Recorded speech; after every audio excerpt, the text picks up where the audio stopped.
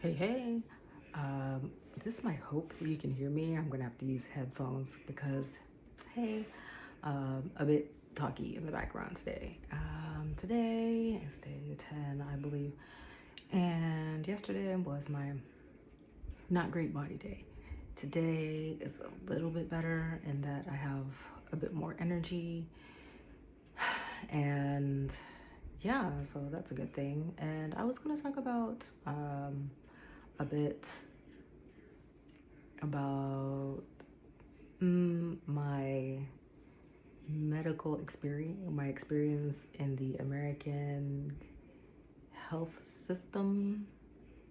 And I'm pausing because I'm like, for someone that looks like me, that, Black women in America, you probably, if you're not familiar, get familiar with like the birth mortality rate and we have problems being treated as human in the American quote unquote health system. So, yeah, my experience was horrible. I would say that it definitely started with my first birth experience. And yeah, epidural, they didn't get that right, didn't get the placement right. That had to be done twice. And yeah, wound up that uh,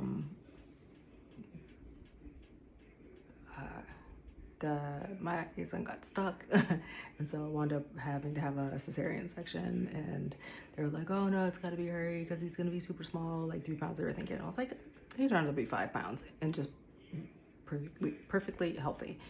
So that. And then second birth experience, they did to me like the similar thing. Oh, you have to have an emergency cesarean.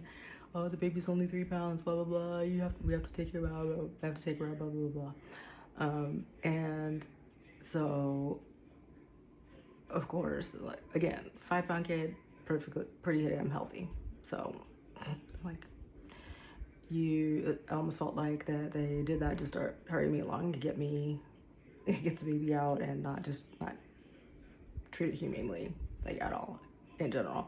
And on top of that, my second time, they decided to give me, I don't know, it's like some derivative of Percocet.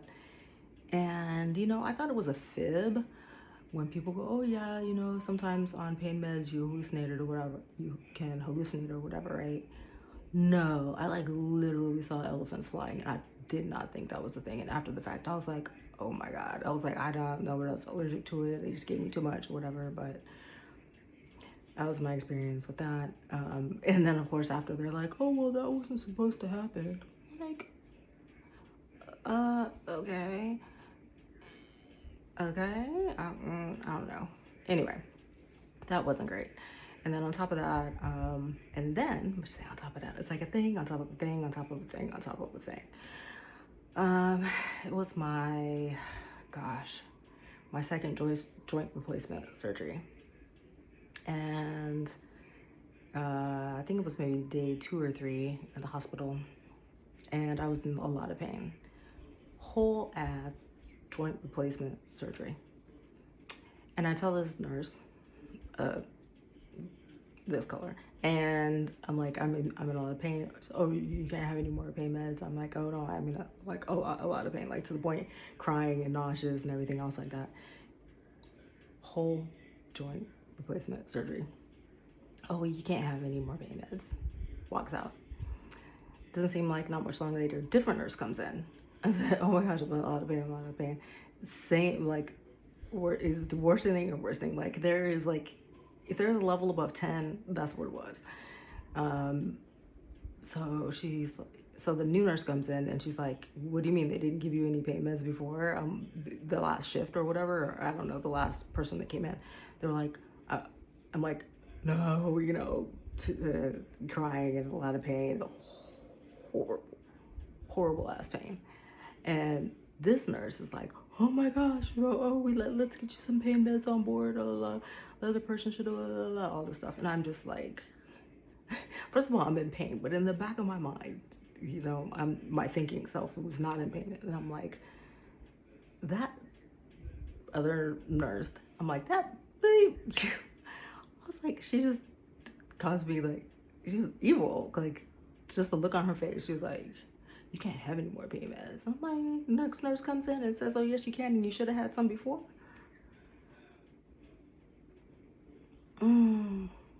Yeah.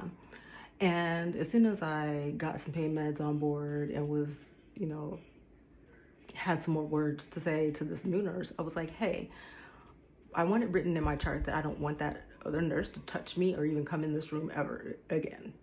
And she's like, okay, no, I'll put that in your chart. And I was like, yeah, how about that? And so that happened. Yeah, so pretty much after that experience and a few more experiences with a rheumatologist during my pre-joint replacement days, when it was, bone on bone grinding against bone, and oh my gosh, you here have all these meds and things like that. And they gave me oxy, just like, okay, here, take this, and oh yeah, by the way, we're gonna have to reschedule your joint replacement for another time. So which meant I'm having to take oxy and like another pain med and try to get through lifing. And it was the hardest period of time of my life. One of the hardest, because it's just ridiculous. So yeah, I've had those experiences in the American health system, and I'm saying all of this to say, which I could have said at the top, but again, I still feel like my mind is recovering from the day that it was yesterday. That this is one of the main reasons I'm going to Thailand. Okay, because superior healthcare, and hey, I actually get treated like a human with a body that sometimes doesn't want to cooperate with what I want to do. Sometimes it's doing whatever it's doing, but in Thailand, not only that it's affordable healthcare, something I can afford out of pocket, and just